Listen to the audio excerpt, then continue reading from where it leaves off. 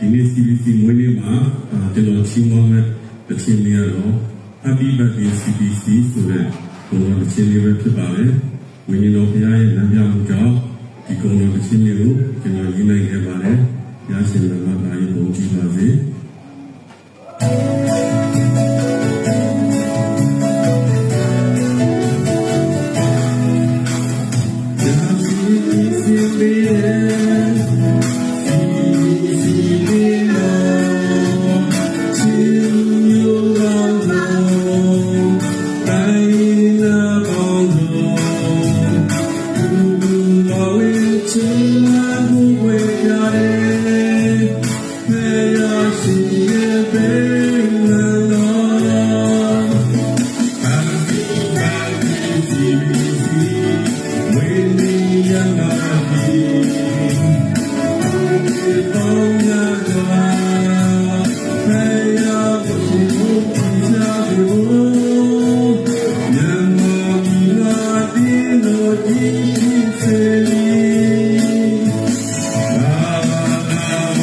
Amen.